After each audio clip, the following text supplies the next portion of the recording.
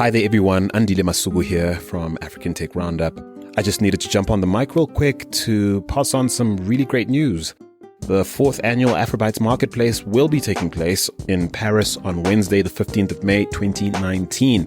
It's all going down at Station F, the world's biggest startup campus. Now, in case you don't know, Afrobytes Marketplace Paris is Europe's preeminent gathering of Africa-focused business and technology leaders, founders, investors, innovation architects, and of course, policymakers. Now, African Tech Roundup is really pleased to be an Afrobytes Marketplace Paris partner for the 3rd consecutive year. And we're super excited to be extending our village, this very community, a handy 25% discount on tickets to the event. That's if you use the offer code ATRU. All you have to do is simply head to africantechroundup.com/Afrobytes 2019. That's africantechroundup.com/AFROBYTES 2019. Go there now to book your seat so we can see you there. And now, without any further ado, please enjoy the special Quick Tech Chats episode, which is in fact the first part of a conversation I had with the founder of a London-based startup called Africlick. Now, Africlick is intent on shaking things up in the African online dating scene, and this conversation was taped at the fringes of Afrobytes 2018-2019 International Event Series. So you can look forward to hearing more insights from that particular tour. They'll be dropping in the coming weeks, of course, in the lead up to Afrobytes Paris 2019. And that's it for now. Enjoy. So my name is Dayo Akinrinade, and I am a British Nigerian or Nigerian British entrepreneur, and I'm the founder of Africlick. And Africlick is a new dating and networking app, very specifically to connect people of African and Caribbean heritage through their culture. Welcome to the African Tech Roundup, Dayo. Thank you. And thank you for having me. I have to say, we're going to go segue a little bit. It's very, very surreal for me to be here. Get out. As somebody of African heritage doing tech in the diaspora abroad, your podcast for years it's been a lifeline. Wow, really? Because we're so far disconnected and, Africa tech has been rising and rising, but I do see you as one of those that you've been bought in from the beginning, kind of like from before it was cool and everybody was doing it. And it's been a lifeline for us to listen and know what's happening. So absolutely. Wow, that's really kind of you to say. Thank you so much for that affirmation. And quite a privilege to have you on our show. Our audience is in for a treat because you have an interesting vantage point being based in the UK, being Nigerian and British, being a woman in tech, being a founder, being an activist for people of color in tech across the diaspora. So there's certainly a lot I'd like us to talk about. And let's start with how you self-introduced. You said Nigerian, British. British, Nigerian. So what goes into one or the other? Is there a nuance there that I might miss as a sort of full-on Zimbabwean? Yeah, I think being call us like a diaspora, Nigerians abroad. Yes, because sometimes depending on which country you are in, it's always been between two cultures. So say, for example, if I'm in Nigeria, it's better for me to say, of course, I'm Nigerian, I'm proudly Nigerian. Mm-hmm. If I put British in there, the Nigerians will be like, what's wrong with us? Why do you have to say there's another side or whatnot? Whereas maybe in the UK, you could go and say, well, I'm British, I was born here. But at some stage in your journey, oftentimes something will happen and they will remind you, or they will ask you, oh, but where are you really from? Right. Where are you really from? So now with the introduction, I just say both, because then it's like everybody's covered. Everyone's happy. Can be happy. And then yes. I suppose it's curious to me as well, because the whole African American thing's a big deal, but also quite loaded for some people who prefer Black or Black American. So give me a sense of why that loaded notion isn't your reality as a British African. So say right now in the UK and definitely in America, diversity in tech it's a very big thing now. So the government is dedicating funds specifically to accelerators to say, you need to get more people of color. Organizations are going out of their way to say the talent we're hiring isn't representative of the society that we're serving. But in the UK now, I suppose with Blackness, officially a term has been coined called BAME. Are you familiar with the term? No, I'm not. What is it? So BAME, it's all capitalized, BAME. So now if you go to any conference, whether it's Google, through my tech community, which I'm a part of, YSYS, we just did some work with tech inclusion, hosted at Bloomberg. BAME, BAME, BAME, BAME. BAME stands for Black, Asian, Minority, Ethnic. So the corporates have termed this as just a catch-all. Anything that's not white now, we're under BAME. Wow. And a lot of us do believe also BAME works because then the mainstream white people don't have to say black, because that still sometimes feels a little bit loaded. They don't know how to refer to us. So now they can just say BAME. And in essence, the issue with the BAME umbrella is you're saying that for myself as a Black female in tech, I would be experiencing the same as perhaps somebody who's from Hong Kong. Yeah, an Asian male from India. Yes. An Asian male from India or Pakistan or whatever. Yes, it's all been swept under BAME. And it's actually hilarious because we're so used to the term. And where through Your Startup, Your Story, our tech community, where we were a partner at, there's a conference called Tech Inclusion. It's done by an American company called Change Catalyst, which is led by two awesome Americans. There's Wayne Sutton and actually Melinda, his founder. And they were American, so they came over and we were just BAME, BAME, BAME, BAME. And they had to stop us at some point and say, guys, what are you talking about? What is this BAME thing? Yeah. And they were like, oh, so can we just go out on the street and be like, oh, hey, you're BAME? And we're like, no, it doesn't work. Doesn't quite work that way. It's terminology. So, look, I mean, let's use this as a springboard for an impromptu hashtag Village Diaries London, okay? Let's call it that, right? Because I'm fascinated by the quote-unquote Black experience of being in tech as a founder, as a professional first, but let's get that right. I mean, you're a comp sci, master's, undergrad, and undergrad, what was your master's? Oh yeah, so my undergrad was in computer science, then my master's was in technology entrepreneurship. Gotcha. So, I mean, you're a Black female, Nigerian, British, on the streets of London. Come now. So what's the temperature?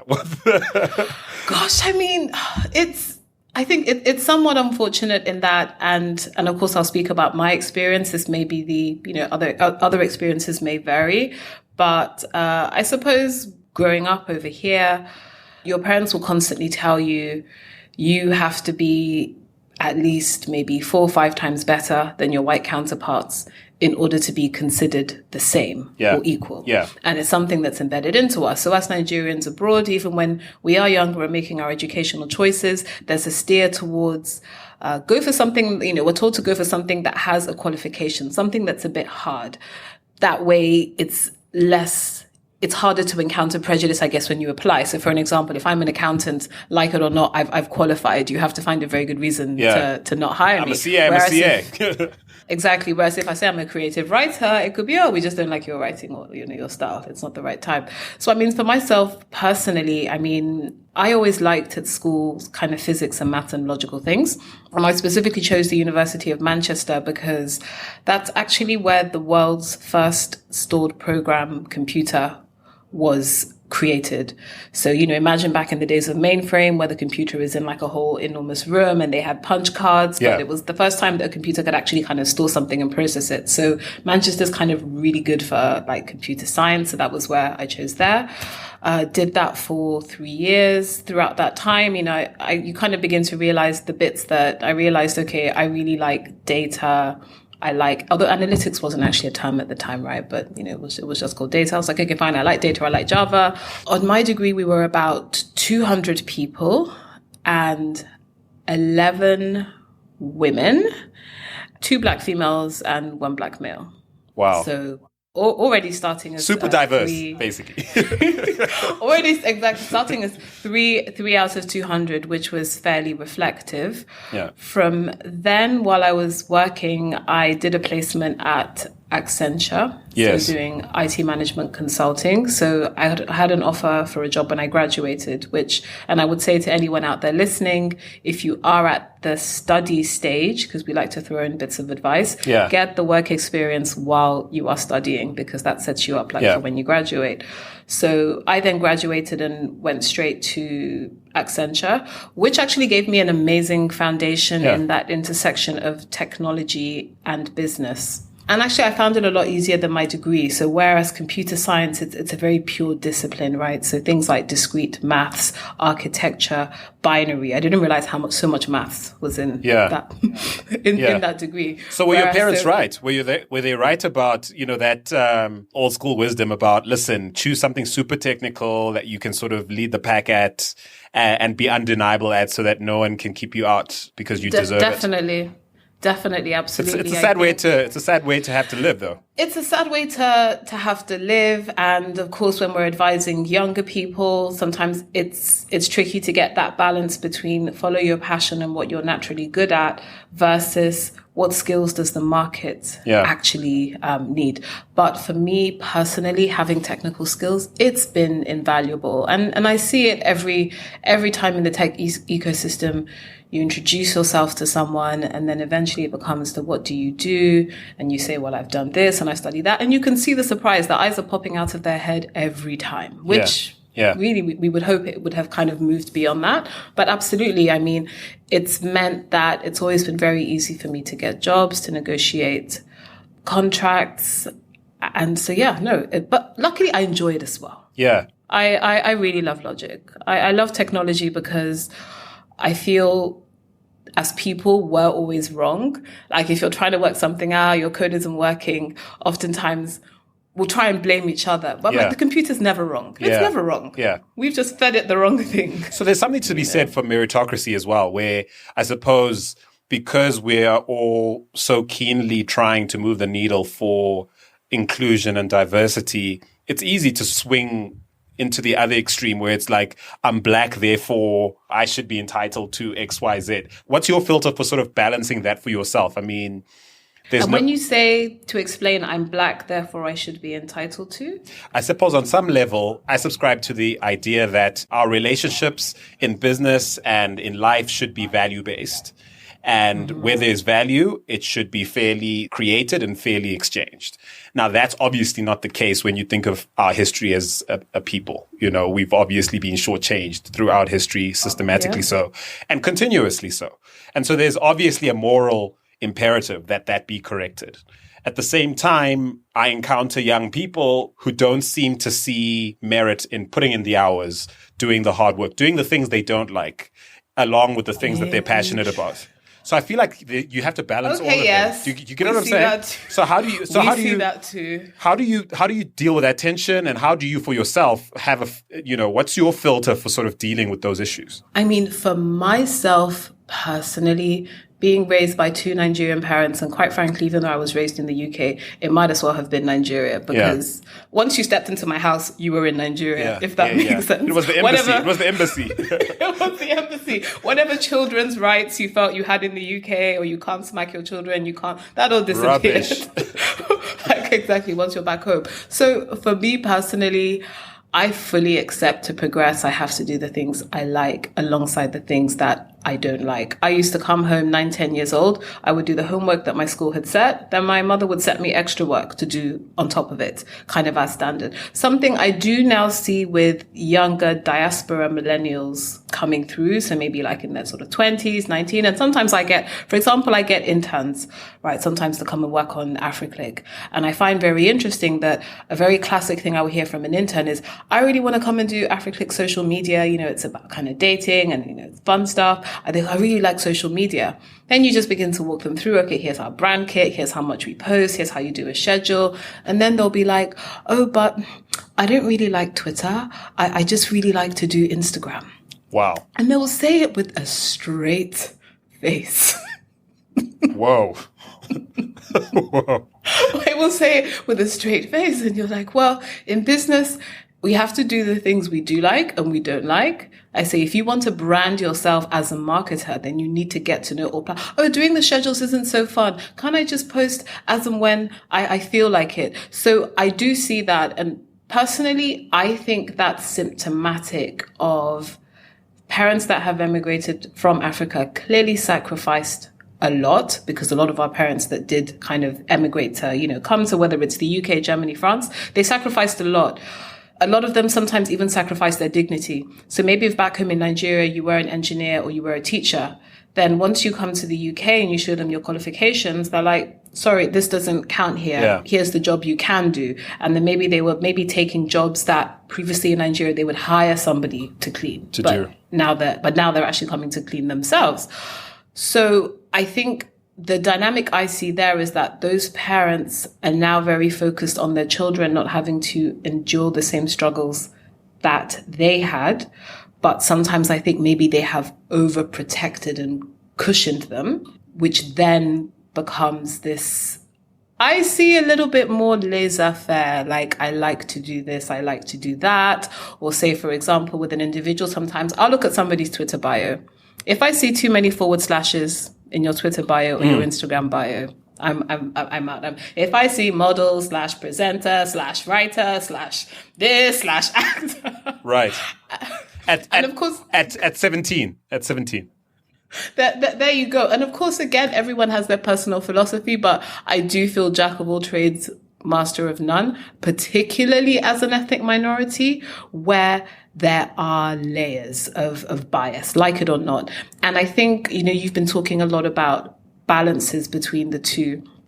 I think for us diasporans, we have to strike a very delicate balance between understanding that bias is out there and navigating it, but not having a losing or victim mentality. Yeah. That I'm not going to get it. And I find that can be a very tricky bias because you don't want to, in every single situation, say, I didn't get it. Yeah. Because I'm black. But then sometimes, and there have been times in my career where I have had to literally sit back and say, I would not have been asked in that meeting, for example, Dayo, you speak so well, your English is so good, why is it like that? Or asking me, oh, where were you educated? And I'm like, if I was white, you wouldn't be asking me that. Yeah. But it took me even a number of years to kind of get to that point where I would be able to kind of separate in my head and know that I wasn't doing a victim role and I wasn't using it as an excuse to limit myself.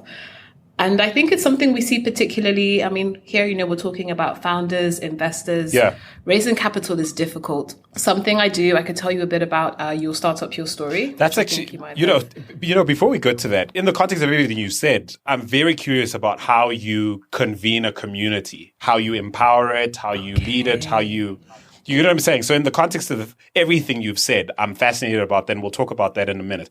It just occurred to me as you were speaking as well that I struggle with what I call an unhealthy justice complex sometimes, where it's like, I feel like there are unconstructive ways to be angry and channel your anger. It sounds like you've somewhat come right on that in a way. How do you do that? Because you're still a woman, you're still black. For every time I'm underestimated or left out of an opportunity or not thought about in the right context or undermined, I imagine, 3 or 4 times more it's happening to someone like you.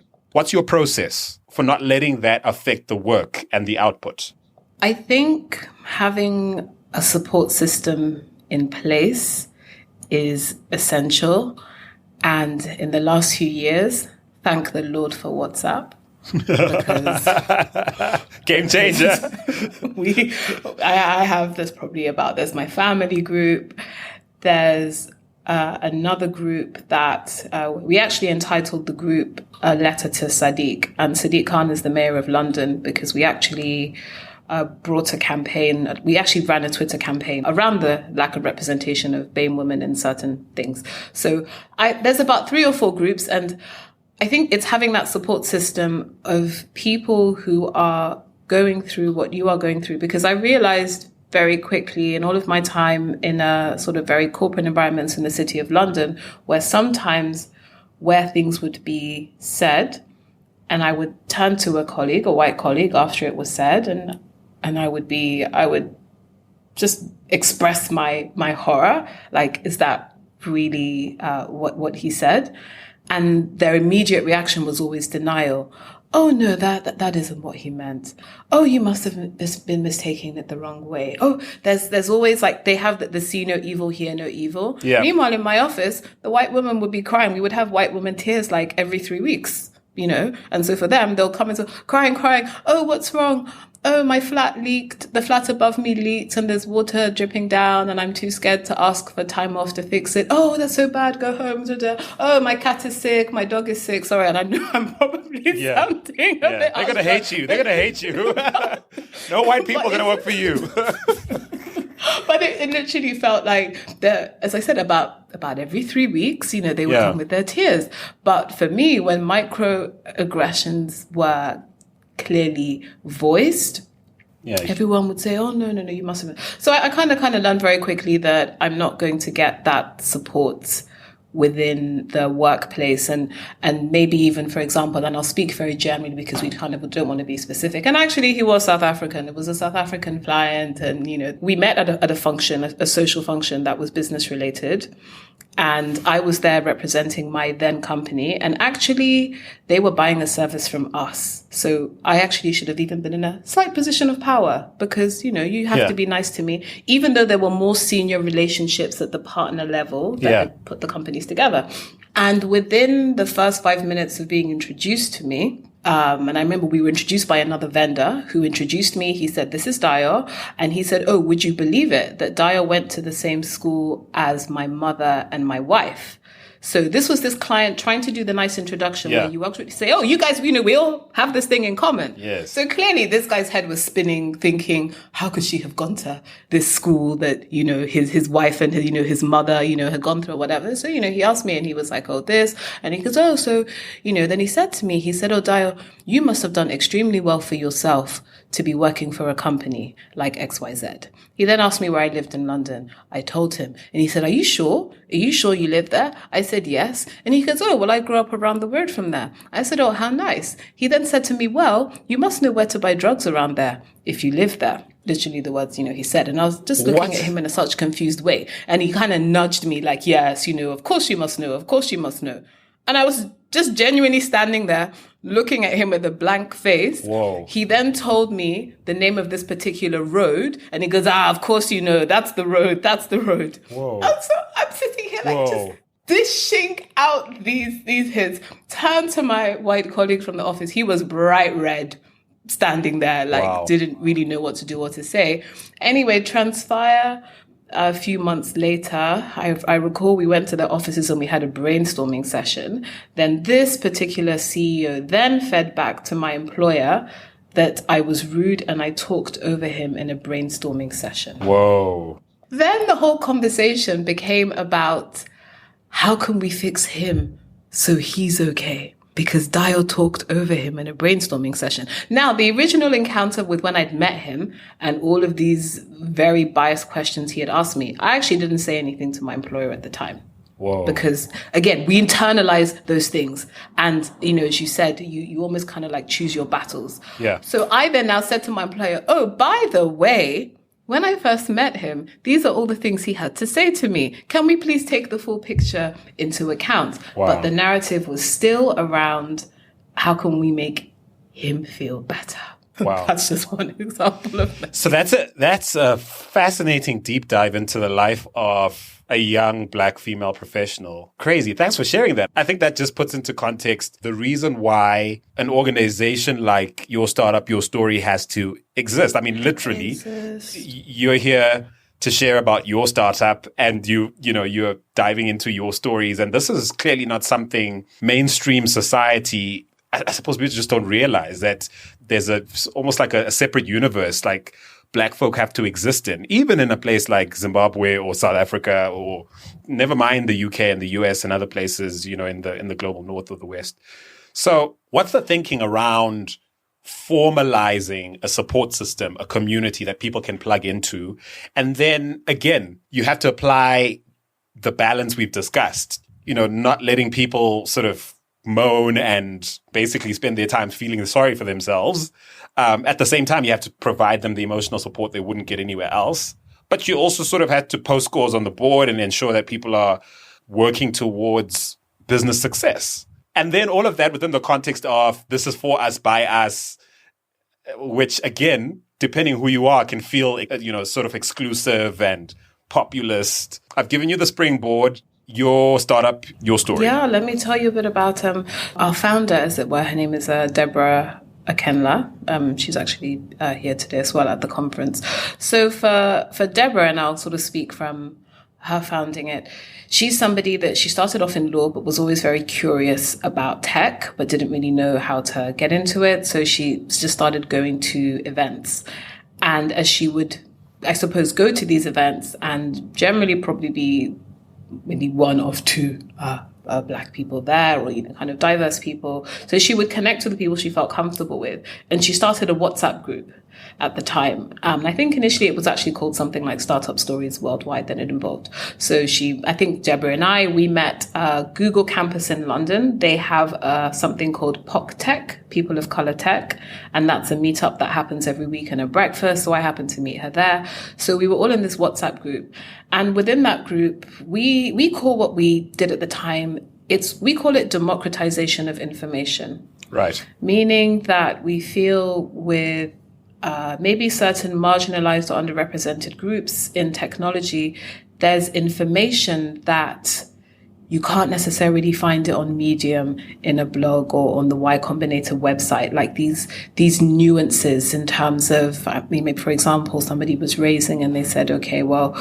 you need to have a deal room, make sure these things are in your deal room. This is the first stage of your deal room for the investors that are semi-interested, but don't give them everything, because some investors will just have meetings with founders to gather the data to compare with their portfolio. All of these things that you realize that if you're kind of in the know, you know. So where we call it democratization of information, it's where we can share this thing. And then, so the WhatsApp group, we had founders, we had people working in tech, investors. And so eventually the group grew to, let's say, about maybe 70, 80. And then at that point, you're having people from different time zones. It's hard to keep up with the thread. And then Deborah realized, look, there's something here that we need to formalize. So she orchestrated this massive change and transition onto Slack. And that was really where it sort of formalized as YSYS. We had a members directory. We have different channels. So there's a channel for jobs. There's a channel for events. There's a channel for like maybe deep tech where the developers interact.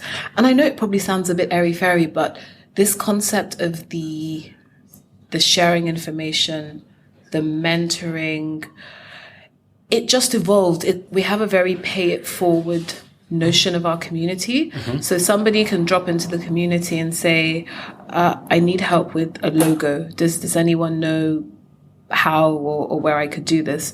And 2 or 3 people will respond pretty much, straight away, or when they next come online, and they'll help. And they'll often do it for free from a skill swap perspective, because they now know that the next time they need something, this person is going to be here. Where we have community members that work at organizations such as Us Too, which is like a very cool sort of product digital lab, or we have people from Entrepreneur First, which is like a very kind of elite accelerator. The people in those organizations will let us know in the community, does anyone need event space that they're doing something for their startup or their product? Guys, it's here, it's available on on a Tuesday or a Wednesday, let me know, you'll book him in. And so again, when we talk about kind of sharing this network and privilege, you realize that, well, for some people, it's really easy for them to access these things, but that's kind of like what we're sharing. And so eventually it came to the point where tech organizations in the London ecosystem, such as, say, Mosaic Ventures, that are venture capital firm, there's Hatch Enterprise, who they're a tech accelerator, but they're actually in South London, so specifically in a borough that maybe the socioeconomic index is a bit low. So they're very big on helping female entrepreneurs, I think minority entrepreneurs. Organizations started to approach us.